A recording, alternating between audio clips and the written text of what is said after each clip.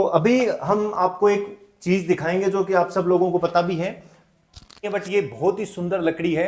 अगर भाई साहब को पता हो बर्मा की लकड़ी है ये। तो ये ब्रह्मा का टीक है। भाई साहब बता रहे हैं ऊपर जो काम किया हुआ है में ये सीन चारों ओर बना हुआ है। अगर भाई साहब इसको दिखाना चाहें तो पूरी हवेली में कृष्ण राधा ही शायद हैं। नमस्कार दोस्तों, एक बार फिर से स्वागत है शेखावाटी की हवेलियों के खजाने से। एक और नगीना आपके सामने हम लेके आ रहे हैं आज।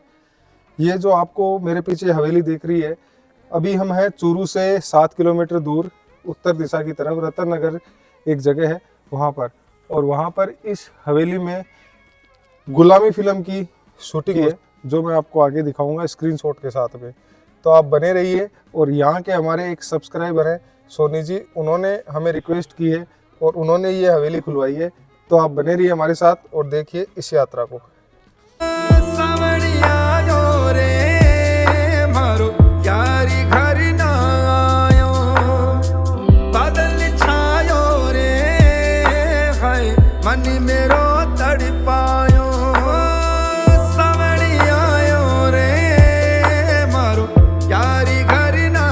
तो आज हम एक नई जगह पे आए हैं।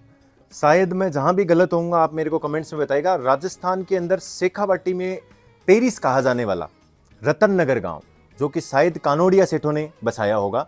तो इसके बारे में हमारे साथ आज 2 व्यक्ति जुड़े हैं। भाई साहब अपना परिचय देंगे। आपका नाम माइक में? विवेक मिश्रा, रतन नगर के हैं, केयर टेकिंग कर रहे हैं इस हवेली की।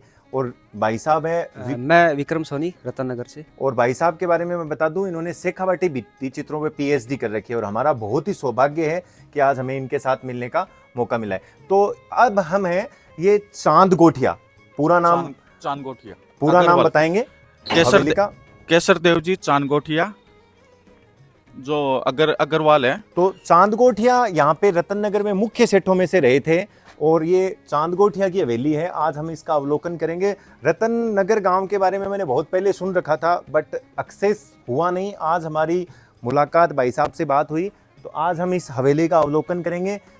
लगभग शेखावाटी की सभी हवेलियों की तरह हम पहले फर्स्ट फ्लोर पे चलेंगे, ग्राउंड फ्लोर से ऊपर की ओर फर्स्ट फ्लोर पे चलेंगे, हवेली के फ्रेस्कोस देखेंगे। और हमारे साथ विक्रम जी भाई साहब हैं, इनसे भी हम कुछ पेंटिंग्स के बारे में जानेंगे जिनके बारे में मैं नहीं पता है। तो विक्रम जी भाई साहब, आप क्या बताना चाहेंगे इस हवेली के बारे में? कोई खास बात है जो?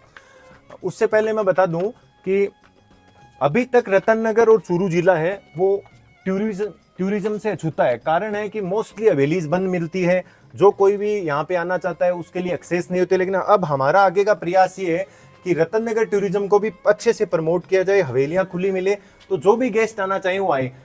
तो अभी हम आपको एक चीज दिखाएंगे जो कि आप सब लोगों को पता भी है। क्या है, हम पौड़ी में आ गए हैं। जनाना और मर्दाना हम करेंगे जनरल कोर्टयार्ड और इसको जोड़ने वाली जगह को पौड़ी बोलते हैं। और इसी पौड़ी में एक सुंदर सा तीर लगा हुआ है। ये टीक ऑफ डेजर्ट है या टीक ऑफ ब्रह्मा ये तो पता, बट ये बहुत ही सुंदर लकड़ी है। अगर भाई साहब को पता बर्मा की लकड़ी है ये। तो ये ब्रह्मा का टीक है। भाई साहब बता रहे हैं ऊपर जो काम किया हुआ है ये देखिए, उस जमाने में लोगों ने वुड वर्क किया है कि यहाँ पे गर्मी बहुत ज्यादा पड़ती है। चूरू तो वैसे भी एक्सट्रीम कोल्ड और सबसे ज्यादा गर्मी यहाँ पे रहती है। तो गर्मी से बचाव के लिए जहां तक मेरे को पता है ये लोग इसमें वुड के साथ छत पे काम करते थे। इस पे कार्विंग भी होती थी, शायद इस पे थी या वो हो गई है ये पता नहीं है, बट फिर भी इस पे होती थी। साथ में मैं इनको बोलूंगा कि ये सारे हाथ थे तो थापे हैं, ये दिखाने का प्रयास करें। हम बहुत जगह पे देखते हैं तो कुछ लोगों ने हमारे लास्ट में एक मेरा वीडियो था उसमें कमेंट किया था कि ये सती के तो नहीं है। तो मैं क्लियर करना चाहूंगा कि शेखावाटी एरिया में ये थापे हैं वो सती के नहीं होते, बल्कि एक तो होते हैं जब हमारे घर में मेल चाइल्ड होता है और एक जब दुल्हन आती है। भाई साहब को मैं बोलूंगा कि अगर इसके बारे में उनको भी कुछ नॉलेज हो तो वो बताने का प्रयास करे थापों के बारे में। ये जो इस तरह के जो थापे या फिर और कोई चिन्ह जो मांगलिक चिन्ह बनाए जाते हैं, ये किसी न किसी घर में कोई मांगलिक आयोजन होता है उससे संबंधित होते हैं सारे के सारे। तो और ये थापों के रूप में भी हो सकता है या फिर मांडने के रूप में भी हो सकता है। अच्छी बात बताइए भाई साहब ने, क्योंकि थापे और मांडने भी कुछ जगहों पे थे। तो अब हम अंदरूनी कोर्टयार्ड का जस्ट अवलोकन करेंगे। सभी हवेलियों की तरह यहाँ भी वही सेम स्ट्रक्चर है। 2 बेडरूम, किचन, वाटर हाउस जो हमें देखने के लिए मिल रहे हैं, जिनमें हॉल है। ये परिंदे थे। और ऊपर की ओर इस हवेली में एक चीज बहुत सुंदर है, मैं ऊपर से दिखाना चाहूंगा। इस शेखावाटी की कम हवेलियों में ही है कि इसके तीनों साइड से पेक नहीं है। ये मतलब एक साइड तो फिर भी ओपन है, फिर भी हाफ हाफ साइड है दोनों साइड भी। तो शायद ये वास्तु शास्त्र के हिसाब से है या कोई इसमें और कुछ है, एक बार जानना चाहेंगे भाई साहब को इसके बारे में कुछ पता है तो।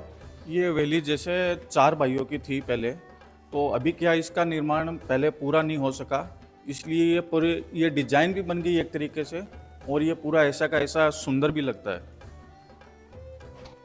विक्रम जी भाई साहब, अगर आपको इसके बारे में कुछ नॉलेज है तो आप बताने का प्रयास करेंगे। ये जो चूरू का जो एरिया है, और इस साइड में शीतकाल के समय सर्दी का प्रकोप ज़्यादा रहता है, और ग्रीष्मकाल के समय गर्मी भी लगभग 49 या 50 डिग्री के आसपास पहुंच जाती है तापमान। तो ज़्यादातर गर्मी का प्रकोप हम देखें तो दोपहर के बाद के समय से गर्मी का प्रकोप हम देखते हैं कि ज़्यादा रहता है। तो इस कारण से ऊपर की जो छतों पर ये कमरे बनाए हैं, ये पश्चिम साइड में बनाए गए हैं, क्योंकि दोपहर के बाद में सूरज का गर्मी- ढलान हो जाता है। हाँ, गर्मी ज़्यादा पड़ती है, तो गर्मी का प्रभाव, धूप का प्रभाव कम रहे, इसी कारण से पूर्व दिशा की तरफ इसको थोड़ा खुला रखा गया है, और पश्चिम दिशा की तरफ इसको थोड़ा सा ऊंचा बनाया। ये बहुत ही सुंदर जवाब दिया है। तो ऊपर के मैं एक पैनल में आपको दिखाना चाहूंगा, शायद ये रास का सीन है। कृष्ण और राधा हर जगह हमें देखने के लिए मिल रहे हैं।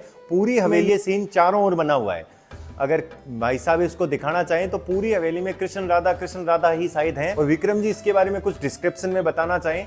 मैं इस पैनल की बात कर रहा हूँ जिसमें कृष्ण राधा है। इसमें भगवान कृष्ण से संबंधित ज़्यादातर चित्र बने हुए हैं, और कुछ चित्रों की कंडीशन और मौसम के प्रभाव से, सीजन के प्रभाव से, और कुछ कंडीशन ख़राब हो गई है, लेकिन फिर भी ये स्पष्ट रूप से दिखाई दे रहे हैं, इतने पुराने होकर भी। और यहाँ के जो मौसम की मार झेलते हुए ये अच्छी कंडीशन में बने हुए हैं। तो हवेली के बीचों बीच जो पूजा घर होता था उसके ऊपर बहुत ही सुंदर इन्होंने काम करके छोटे छोटे पेरोट्स भी दिखाए हैं। तो ये भी बहुत सुंदर है। छोटी सी हटरी है, अब इसमें पूजा घर है या नहीं ये तो नहीं बता पाएंगे, बट ये किसी जमाने में पूजा घर हुआ करता था जहां तक मेरे को पता है। अब हम रतन नगर की इस हवेली की, चांदकोठी हवेली की छत पे जा रहे हैं। उससे पहले ये टीन शेड है। अब देखिए धीरे धीरे समय के साथ साथ ये केवल तीन रह गए हैं। नीचे का जो वुडन का पार्ट है वो मिस हो गए, तो धीरे धीरे हर चीज में कमी आई है। मैं इनको बोलूंगा थोड़ा ध्यान रख के ही ऊपर की ओर आए, और हम इनको इस रतन नगर गांव का व्यू दिखाने की कोशिश करेंगे कि पूरे गांव का कितना सुंदर व्यू है। अगर इस गांव की हवेलियां खुली हों तो पर्यटक ज़्यादा से ज़्यादा आएंगे। मैं एक बार बोलूँगा चारों ओर कैमरा दिखा के ये दिखा दे कि ये ब्लैक ब्राउनिश जितनी भी बिल्डिंग्स हैं ये पूरी रतन नगर की पुरानी हवेलियाँ हैं। सामने से साइड में तो ये पूरी पुरानी हवेलियों के साथ साथ हमारे भाई साहब है विक्रम जी और भाई साहब विवेक जी बता रहे हैं कि ये इस गांव की तीसरी हवेली थी। मैं बोलूँगा वो सामने वाली जो ब्लैक वाली है उसकी बात हो रही है ना, तो वो सामने जो दिख रही है वो तीसरी गांव की हवेली थी। बहुत ही सुनियोजित तरीके से बसा हुआ गांव है ये, बहुत ही सुनियोजित तरीके से बसा हुआ गांव है रतन नगर। सुनना जाता है इसके बारे में कि इसका ऊपर से ड्रोन से व्यू लेने में इसके नियोजन का बहुत अच्छे से पता लगता है। आगामी दिनों में हमारा प्रयास रहेगा ड्रोन के माध्यम से हम इस पूरे गांव को बाई मैप आपको दिखाने की कोशिश करेंगे। हमारे प्रयास में आप लोगों का सहयोग अति आवश्यक है। हम रतन नगर के प्रत्येक वासी से, यहाँ के प्रत्येक सेठ साहूकार जो भी हमारे चैनल यहाँ तक पहुंचा कि कम से कम वो अपनी धरोहर जिनके बाप दादाओं ने इतना कोशिश करके बनाई है उसको खोलें, उसको दिखाने के लिए प्रयास करें। विक्रम जी भाई साहब ने काफ़ी यत्नों से पेंटिंग्स पे रिसर्च की थी, वो इनको ही पता है। तो हम ये प्रयास करेंगे और निवेदन करेंगे कि एक बार अपनी हवेली की सार संभाल जरूर करें, ताकि वो खुली रहेगी तो वो नहीं होगी। हाँ, भाई साहब का सहयोग रहा है तब हम इस हवेली तक पहुंच पा रहे हैं। धन्यवाद। विक्रम भाई साहब ने हमें बताया कि एक ये पेंटिंग है बेसिकली शेखावाटी में कंस वध को उसके बालों से दिखाया जाता है। तो हमें यहाँ पे थोड़ा कंफ्यूजिंग है, लगभग ये कंस का वध ही है, बट यहाँ पे राम लक्ष्मण जैसे भी ये फील हो रहे हैं, इन्होंने तीर कमान ले रखे हैं और नीचे बहुत से असुर्स भी हैं, क्योंकि कंस वाले मैटर में इतने असुर्स नहीं थे। तो एक बार विक्रम जी भाई साहब और थोड़ा सा इसके बारे में बता देंगे। शेखावाटी में ज़्यादातर जो कंस वध के चित्र बने हुए हैं उनमें भगवान कृष्ण और कंस के बालों को पकड़कर और सिंहासन से और धकेल रहे हैं, लेकिन इस चित्र में भगवान कृष्ण और बलराम है, इनके कंधों पर तीर और कमान दर्शा रखे हैं। तो शायद हो सकता है कि जो चित्रकार है, हाँ, चित्रकार की इमेजिनेशन में कोई कमी हो, उसे बताने वाला ना हो। साथ में ये छोटी सी मेरे को कार नजर आ रही है, तो मैं बोलूँगा थोड़ा सा इसको भी दिखाने का प्रयास करें। और विक्रम जी को अगर इसके बारे में पता हो तो ये भी बताएं। एक ड्राइवर जरूर है इस कार में, बाकी पीछे से ये खाली है। तो एक सुंदर पेंटिंग बनी हुई है जो काफ़ी अब धूमिल हो गई है।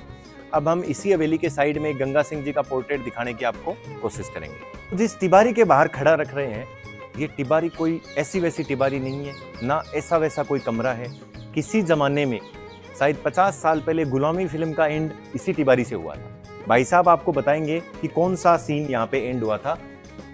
भाई साहब बोलो। जैसे यहाँ पर मुनीम था, उसका बही खाता था पहले, तो वो क्या है कि उसको लूटने के लिए जो धर्मेंद्र है वो आदेश देते हैं कि उसको सब लूट लो, हवेली सब बही खाते वगैरह।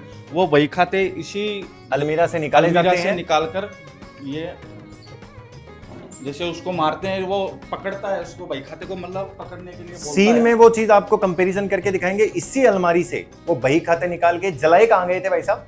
वो पीछे हवेली के पीछे कूट है, वहां पे जलाए गए, तो उस कूट को भी दिखाएंगे। ये वही है जहां से पूरी गुलामी का एंड होता है। तो ये गुलामी फिल्म का लास्ट का शूट यहाँ पे था जहां से बही खाते निकाली के फ्रंट पे आज जो घोड़े हमें दिखाई दे रहे हैं, किसी जमाने में लगभग 40 वर्ष पहले गुलामी फिल्म में भी यहाँ से घोड़े दौड़ते हुए जाते हैं। जिसमें ये पेड़ है, वो आपको जब ये स्क्रीन कंपेयर करेंगे दिखाएंगे। तो क्या बहियों को लूटने से जस्ट पहले थोड़ा सा ये शूट किया हुआ है। जो चांदगोठिया हवेली है उसकी राइट साइड या लेफ्ट साइड की वॉल पे महाराजा गंगा सिंह जी का चित्र बना हुआ है। तो उसके बारे में विक्रम भाई साहब आपको बताएंगे। मैं कैमरामैन साहब को कहूँगा कि थोड़ा सा उस पर जूम करके दिखाने का प्रयास करें। इस हवेली के लेफ्ट साइड में है हाँ और जी। दीवार पर ये चित्र बना हुआ है जिसमें कार में और आगे ड्राइवर के पीछे महाराजा गंगा सिंह बीकानेर महाराजा बैठे हैं। और कुल मिलाकर अच्छी कंडीशन में है ये चित्र अभी तक। क्या ये इस डोले के नीचे आने से सनलाइट और रेन से बचा हुआ है। और ये गंगा सिंह जी है, वो अभी थोड़ी देर पहले हम चूरू में भी यात्रा पे थे, तो चूरू भी माल जी का कमरा में भी पधारते थे और यहाँ भी शायद पोदार हवेली में भी काफी बार पधारे हुए हैं। अगर आपको नॉलेज हो तो, जो अभी सोनी परिवार ने ले रखी है उस हवेली में नहीं आए कभी? वो सोने का कड़ा बक्सा था। अच्छा, कड़ा बक्सा गया था क्या? तो गंगा सिंह जी का जुड़ाव काफी रहा था, क्योंकि उस जमाने में चूरू जो है क्षेत्र वो बीकानेर के अंडर ही था। उस मामले में काफी मतभेद भी हैं कि चूरू ने कभी उनकी स्वीकार नहीं की। तो इसी गली के अंदर हम अपने वीडियो को एंड करेंगे, जहाँ पे उस पेड़ का थोड़ा सा आपको जूम करके दिखाएंगे। जब वो सारे घोड़े, सामने वाले एंगल से भी एक सीन है और एक इस एंगल से भी है, तो दोनों सीन को कंपेयर करके आपको वीडियो के एंड में दिखाया जाएगा। राइट साइड में एक हवेली है, उसके चमड़िया हवेली है, उसकी फ्रेस्को को भी दिखाने का प्रयास करेंगे। अच्छे पोर्ट्रेट्स यहाँ पे बने हुए हैं, कृष्ण जी, राधा, राजा, महाराजा, फूल पत्ती, इनके साथ साथ और शायद कुछ प्रेम प्रसंग के भी फ्रेस्को इस पे बने हुए हैं। तो आप कंटिन्यू हमारे साथ बने रहिए। आगे के वीडियोस में भी हम प्रयास करेंगे शेखावाटी और राजस्थान के इस पेरिस में विक्रम जी भाई साहब और भाई साहब के सहयोग से आपको और भी वीडियो के दिखाने के साथ में एक बहुत ही सुंदर बात जो मैं मिस कर रहा हूं वो पहले कंप्लीट कर दूं। ढोला मारू का इतना बड़ा फ्रेस्को शायद शेखावाटी में कहीं ना हो, मैं श्योर नहीं हूं, बाकी विक्रम जी इसको क्लियर कर देंगे। ये ढोला मारू का इतना बड़ा फ्रेस्को शायद कहीं शेखावाटी में नहीं है। बाकी ये विक्रम जी आपको इसके बारे में और डिस्क्रिप्शन में बता दें। मैं आपकी बात से पूरी तरह से सहमत हूँ। जहाँ तक मैंने शेखावाटी में ढोला मारू के जितने भी चित्र देखे हैं और उनमें से सबसे बड़े चित्र में से ये चित्र है, ढोला मारू के चित्र में से। दूसरा, इसी चित्र के क्लोज में एक ब्रिटिश अधिकारी एक कार्ट पे जा रहे हैं, शायद वो सिगार पी रहे हैं और सामने महिला बैठी हुई है। तो इसको भी विक्रम भाई साहब बताने की कोशिश करेंगे कि क्या सीन है। शेखावाटी में वैसे लोक जीवन का सबसे अच्छा चित्रण शेखावाटी क्षेत्र में हुआ है और इसी कारण से इस शैली की एक विशिष्ट पहचान बनी है। और पाश्चात्य शैली के चित्र भी बहुत से हैं, हर जगह मिले हैं। इनमें से एक चित्र ये भी है। और तो कई हमारी जगह कि पाश्चात्य चित्रों को और यहाँ की लोकल कल्चर है उनको मिक्स भी कर दिया गया है कई जगह। शायद ये उसका भी नमूना हो। तो एक नीचे ट्रेन चल रही है, उसकी यात्रा तो उस जमाने में खत्म हो गई थी। हमारी यात्रा आपके साथ ऐसे ही चलती रहेगी। तब तक के लिए धन्यवाद और दोनों भाई साहब को बहुत बहुत धन्यवाद।